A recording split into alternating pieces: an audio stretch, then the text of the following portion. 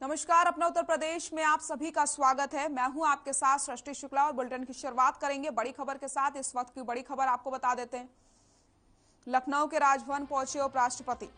राजभवन में मनाया शादी की 52वीं वर्षगांठ। उपराष्ट्रपति ने पत्नी के साथ केक काट करके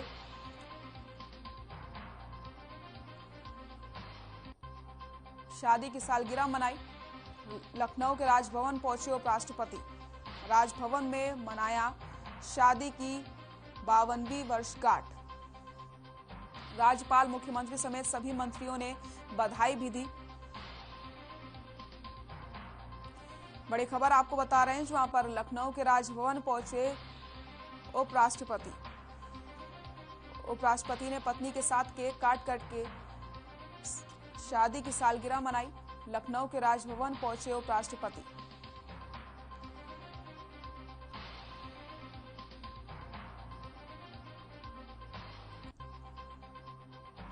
इस वक्त की बड़ी खबर आपको बता रहे हैं। राज्यपाल, मुख्यमंत्री समेत सभी मंत्रियों ने बधाई भी दी। लखनऊ के राजभवन पहुंचे उपराष्ट्रपति। तस्वीरें भी आपको हम दिखा रहे हैं। इस मौके पर कई मंत्री भी शामिल रहे और मुख्यमंत्री योगी आदित्यनाथ भी मौजूद रहे। उपराष्ट्रपति ने पत्नी के साथ केक काट करके शादी की सालगिरह मनाई। 52वीं वर्षगांठ में केक काट करके सेलिब्रेट किया गया।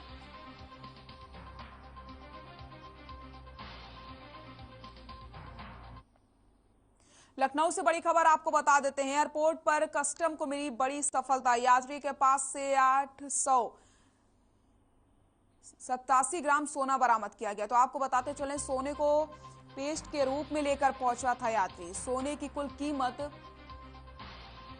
87,45,450 रुपए बताई जा रही है। तो आपको बताते चलें,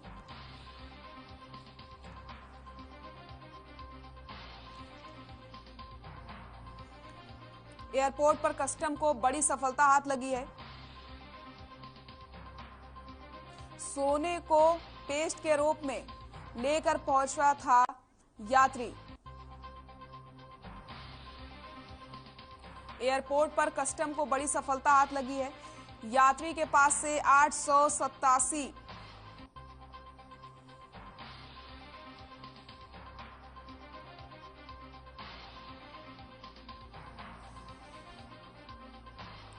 लखनऊ से बड़ी खबर आपको बता रहे हैं जहां पर यात्री के पास से 887 ग्राम सोना बरामद किया गया है।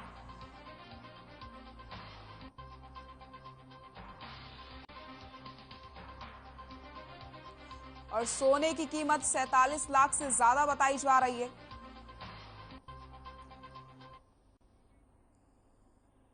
एक वीडियो सोशल मीडिया पर जमकर वायरल हो रहा है जिसमें एक युवक को डंडे से पीटा जा रहा है। वीडियो में युवक को पिटते पिटते मुर्गा भी बना दिया जाता है। बताया जा रहा है कि वीडियो में डंडे से पिटाई करने वाला युवक कोई आम आदमी नहीं बल्कि बीजेपी नेता है। और आपको बताते चले, मामला शाहजहांपुर जनपद के सदर बाजार थाना क्षेत्र के कठिया टोला इलाके का है। मामले की जांच पुलिस कर रही है।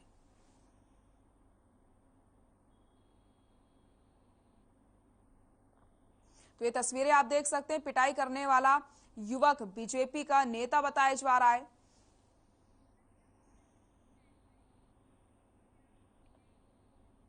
सीएम योगी आदित्यनाथ ने बैसाखी के मौके पर यही यगंज गुरुद्वारा पहुंचे और गुरुद्वारा में माथा टेका। साथ ही साथ उन्होंने प्रदेश की जनता को बैसाखी के साथ महावीर जयंती और बाबा साहब की जयंती की बधाई दी। इस कार्यक्रम में सीएम योगी आदित्यनाथ समेत बीजेपी के प्रदेश अध्यक्ष स्वतंत्र देव सिंह, डिप्टी सीएम ब्रजेश पाठक और पार्टी के कई नेता मौजूद रहे।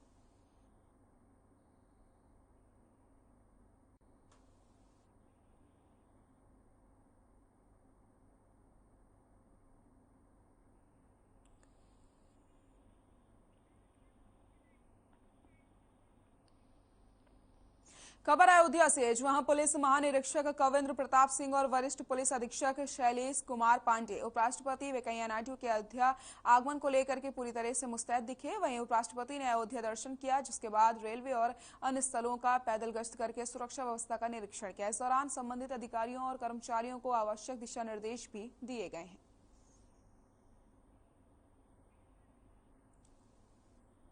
तो इस मौके पर पुलिस प्रशासन पूरी तरीके से मुस्तैद नजर आया। उपराष्ट्रपति ने अयोध्या के दर्शन किए और पुलिस प्रशासन पूरी मुस्तैदी के साथ ऐसे में नजर आया। तस्वीरें भी आपको हम दिखा रहे हैं और यहाँ पर अधिकारियों को जरूरी दिशा निर्देश भी दिए गए।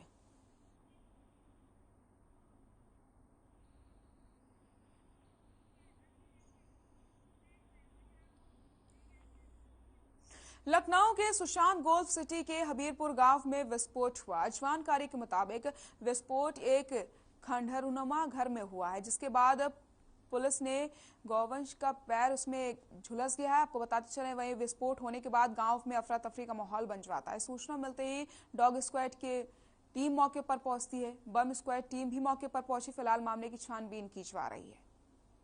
आज सुबह थाना सुशांत गोल्फ सिटी के अवध विहार चौकी क्षेत्र में एक धमाके की आवाज़ की सूचना मिली। पुलिस मौके पर पहुंची और उस एरिया को सील कर दिया गया है। एक खंडहर सा छोटा कमरा बना हुआ है जिसमें कुछ गोबर और पड़ा है। वहां पर एक विस्फोट की आवाज़ सुनाई दी गई थी, जिसमें एक गाय का बछड़ा पास में था, उसके टांग झुलस गई है। वेट डॉक्टर को बुलाकर उसको इलाज कर दिया गया है और स्थिति सामान्य है। बॉम्ब डिस्पोजल टीम भी मौके पर है। अभी कुछ स्पष्ट नहीं हुआ है कि किस कारण से ये धमाका हुआ है, लेकिन धमाके की इंटेंसिटी लो थी और ये फायर क्रैकर है या कुछ अभी कहना संभव नहीं है। बॉम्ब डिस्पोजल स्क्वाड टीम और एफएसएल टीम मौके पर है। आगे की कार्रवाई प्रचलित है। खबर प्रतापगढ़ से, जहां एक डॉक्टर ने एम्बुलेंस के हूटर बजाने पर हड़कंप मच गया है। दरअसल एम्बुलेंस देर रात 1 साल के बच्चे को गंभीर हालत में लेकर मेदांता पीएचसी लेकर पहुंची, जिसके बाद डॉक्टर का पारा हाई हो गया और गुस्से में एम्बुलेंस की ईएमटी पर गालियों की बौछार करने लगा। डॉक्टर ने कहा कि आज के बाद अगर एम्बुलेंस यहां घुसी और हूटर बजा तो गिराकर इतने जूते मारूंगा कि शक्ल नहीं पहचान में आएगी।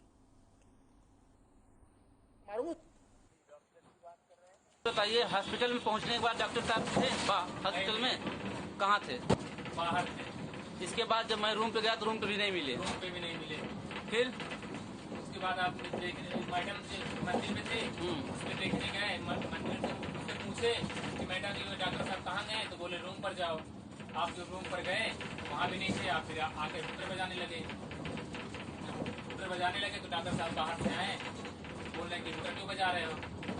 तो मरीज हमारा सीरियस है तो ही बजा रहे थे हूटर। तो डॉक्टर साहब को बुलाने के लिए तो डॉक्टर साहब आज गाड़ी से ब्लॉक करने लगे कि हूटर क्यों बजा रहे हो। उत्तर प्रदेश में 650 कैदियों को रिहा किया जाएगा। राज्य सरकार ने सुप्रीम कोर्ट को बताया कि विभिन्न जेलों में बंद 650 कैदियों को छोड़ने की तैयारी की जा रही है, जिसके लिए समीक्षा कमेटी बना दी गई है। तो अगले 6 सप्ताह में अपनी रिपोर्ट दे दी जाएगी। आपको बता दें कि इस लिस्ट में वो कैदी होते हैं जो आर्थिक दंड नहीं भर पाते या बुजुर्ग हो जाते हैं। 650 कैदियों की रिहाई की जाएगी। लिस्ट सौंप दी गई है और आपको बताते चलें 6 सप्ताह के अंदर इन कैदियों की रिहाई की जाएगी।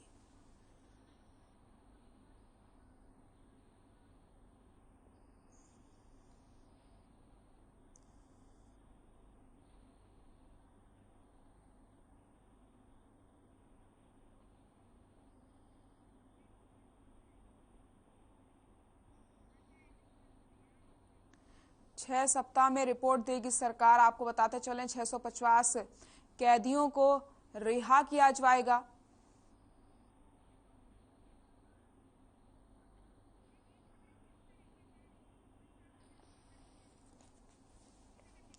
छह 650 कैदियों की रिहाई होगी। 6 सप्ताह के अंदर लिस्ट सौंप दी जाएगी और इन कैदियों में वो कैदी शामिल होते हैं जो अर्थदंड नहीं दे पाते हैं और सीज के साथ वो बुजुर्ग हो जाते हैं, तो उनकी यहां पर रिहाई की जाएगी।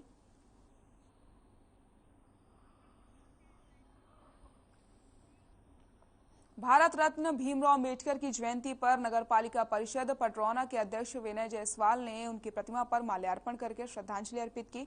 इस दौरान मौजूद लोगों को संबोधित करते हुए विनय जायसवाल ने कहा कि शोषित और वंचित समाज के प्रखर स्वर रहे बाबा साहेब भारतीय संविधान की आत्मा है।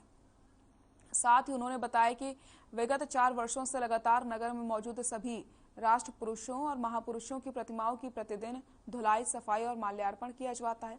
कार्यक्रम के दौरान अध्यक्ष प्रतिनिधि मनीष जायसवाल, निरीक्षक रवि प्रताप सिंह समेत कई लोग मौजूद रहे।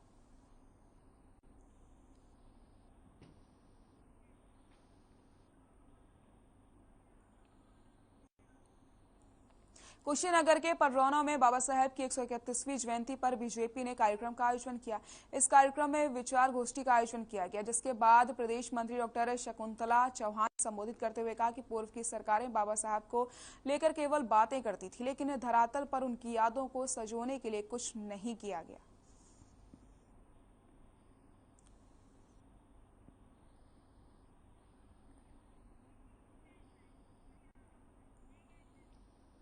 कुशीनगर के पडरौना में कांग्रेस पार्टी के जिला कांग्रेस कार्यालय का शुभारंभ पूर्व प्रदेश अध्यक्ष और पूर्व विधायक अजय कुमार लल्लू के हाथों किया गया। कार्यालय के उद्घाटन के बाद बाबा साहेब भीमराव अम्बेडकर के चित्र पर दीप प्रज्वलित करके श्रद्धांजलि अर्पित की गई।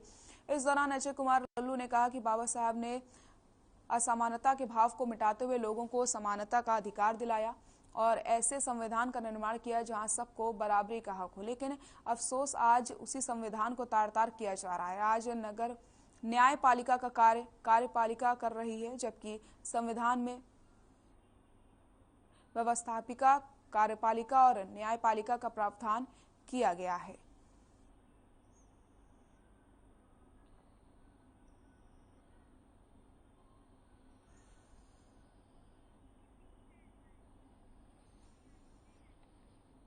खबर कानपुर से, जहां कानपुर पुलिस ने 1944 में हुई घटना को याद किया। आपको बता दें, मुंबई में वर्ष 1944 को मालवाहक जहाज पोर्ट स्टिकन में लगी आग को बुझाने में 67 अग्निशमन जवान वीरगति को प्राप्त हुए थे। वीरगति प्राप्त बलिदानियों के सम्मान में प्रतिवर्ष 14 अप्रैल को अग्निशमन दिवस के रूप में मनाया जाता है। इसके तहत कानपुर पुलिस की ओर से 1 सप्ताह तक लगातार जागरूकता अभियान चलाया जाता है। अग्निशमन विभाग के प्रतिवर्ष 14 अप्रैल को स्मृति दिवस के रूप में मनाता है और हर वर्ष 14 अप्रैल से 1 सप्ताह लगातार बलिदानियों के लिए जागरूकता अभियान चलाया जाता है। देखिए, 1944 में जो घटना हुई थी उसमें फोर्ट स्टिकन नामक एक जहाज था जो कि विस्फोटकों से भरा हुआ था और उसमें जब आग लग गई तो बॉम्बे फायर सर्विस के हमारे फायर कर्मी उसको बुझाने के लिए गए। इसी बीच में आग काफ़ी बढ़ गई और उसमें करीब 66 फायर कर्मी शहीद हुए थे। उनकी स्मृति में आज ये दिवस मनाया जाता है। मुख्य उद्देश्य इसका ये है कि आज के दिन उनके बलिदान को हम उनको श्रद्धांजलि दें, साथ ही साथ लोगों में एक अवेयरनेस फैलाएं, लोगों में एक जानकारी दें कि फायर से किस तरीके से बचा जाए और किस तरीके से उनको सहूलियतें दी जाएं। और हमारे जो जितने भी इसी बीच इसके आज के दिन उनको भी हम याद करते हैं जो हमारे फायर सर्विस के जो पुलिसकर्मी हैं जो कि विगत वर्षों में शहीद हुए और आज उनको हम श्रद्धांजलि देते हैं। साथ ही साथ पूरे 1 सप्ताह का ये फायर सेफ्टी वीक मनाया जाएगा जिसके अंदर विभिन्न तरीके के कार्यक्रम आयोजित किए जाएंगे। टाटा कोतवाली क्षेत्र में बिजली के खंभे में शॉर्ट सर्किट होने से आग लग गई, जिसकी वजह से 25 बीघा गेहूं की फसल जलकर राख हो गई। ग्रामीणों ने काफी मशक्कत के बाद आग बुझाने में सफलता पाई। इस घटना पर राजस्व विभाग के संबंधित अधिकारी पहुंचकर नुकसान का उन्होंने जायजा लिया है।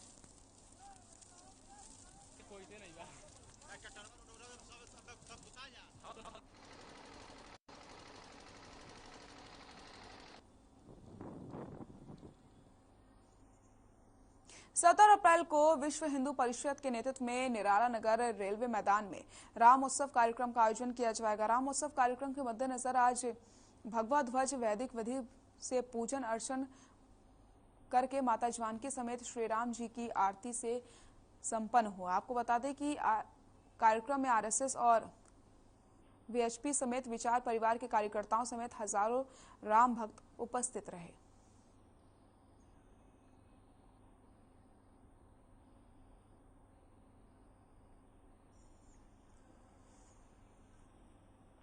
विधानसभा चुनाव में कांग्रेस की करारी हार के कारण की समीक्षा और प्रदेश संगठन में फेरबदल को लेकर के पूर्व केंद्रीय मंत्री भंवर जितेंद्र सिंह 15 अप्रैल को उत्तर प्रदेश के दौरे पर आएंगे।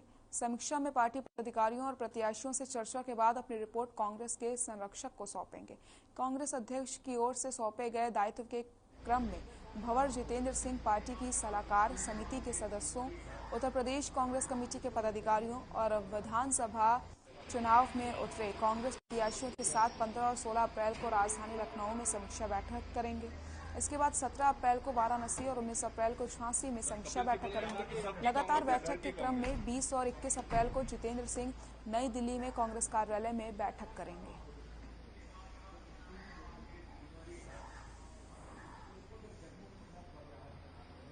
कांग्रेस की हार के कारण की समीक्षा बैठक शुरू हो चुकी है।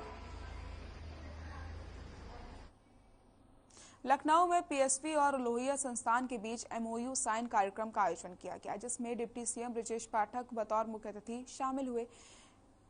पीएफसी और लोहिया संस्थान के बीच एमओयू साइन में मोबाइल कैंसर डिटेक्शन जागरूकता वैन को लेकर के पावर फाइनेंस कॉरपोरेशन नई दिल्ली के साथ एमओयू साइन किया गया। वहीं एमओयू साइन होने के बाद डिप्टी सीएम ने मरीजों को अस्पतालों में उन्होंने उनसे बातचीत की और कहा कि मरीज अपना इलाज कराकर खुशी से वापस घर जाएं। साथ ही साथ कहा कि हर समय अपनी सेवा देने के लिए उपलब्ध हूं मैं। अस्पताल में साफ सफाई और व्यवस्थाओं का विशेष ख्याल रखा जाए।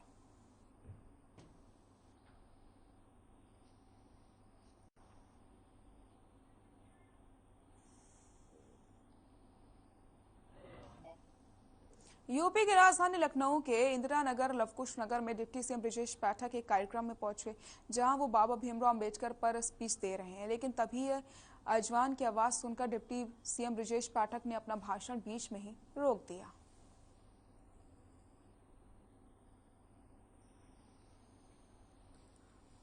यूपी के डिप्टी सीएम ब्रजेश पाठक ने बीच में ही अपना भाषण रोक दिया। अजवान की आवाज सुनने के बाद उन्होंने बीच में ही अपना भाषण रोक दिया। एक बहुत ही अच्छा संदेश यहां पर डिप्टी सीएम ब्रजेश पाठक ने दिया है। लखनऊ में डॉक्टर भीमराव अंबेडकर के लिए स्पीच दे रहे थे वो। लखनऊ में कानून व्यवस्था को लेकर के ADG law and order Prashant Kumar का बड़ा बयान सामने आया। उन्होंने कहा कि किसी भी वर्ग समूह के महत्वपूर्ण त्योहारों की मॉनिटरिंग शासन के शीर्ष स्तर से होती है और परंपरा से हटकर कोई भी नई परिपाटी नहीं शुरू की जाए। साथ ही साथ एडीजी ने कहा कि कार्यक्रमों से संबंधित लोगों से कई स्तर पर मीटिंग की जाती है। चौकी से लेकर जिले, रेंज और जोन के स्तर पर हम मीटिंग करते हैं और सभी मीटिंग में समस्याओं का समय रहते समाधान कराया जाता है। देखिए, घटना नहीं होने में और घटना होने की जहाँ तक बात है कि सभी, जैसा कि मैंने बताया कि बहुत छोटी छोटी घटनाओं को भी काफ़ी हायर लेवल से मॉनिटरिंग होती है तथा कोई पॉलिसी नहीं है, किसी एनकाउंटर की कोई पॉलिसी शासन की नहीं है। ये जरूर है कि अपराध और अपराधियों के प्रति सख्ती की जाती है। उस दौरान अगर कोई अपराधी पुलिस पर फायर करता है तो उस पर कार्रवाई पुलिस करती है और इसमें दोनों तरफ से लोग घायल होते हैं।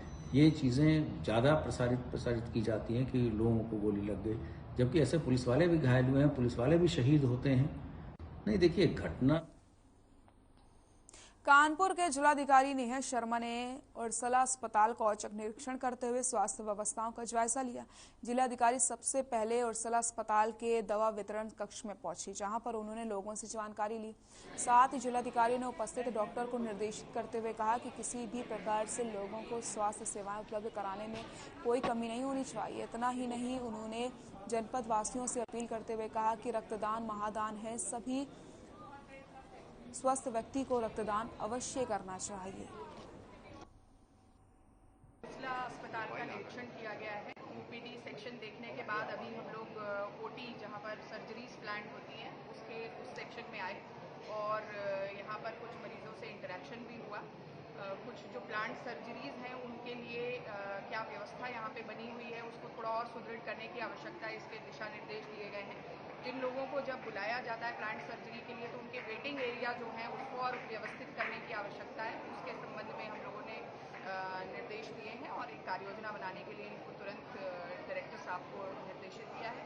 अन्य चीज़ें देखी गई, साफ सफाई के लिए जो एजेंसी लगाई गई है उसके द्वारा कार्य जो है वो उस लेवल का नहीं किया जा रहा है जो उससे अपेक्षाकृत है। बाथरूम्स में थोड़ी सी सफाई में कमी दिखी है उसको हम लोग लाइन अप करने के लिए पुल करेंगे इस एजेंसी को, और साथ ही जो तीमारदार हैं उनके बैठने की व्यवस्था को और कैसे बेहतर किया जा सकता है इसके संबंध में दिशा निर्देश।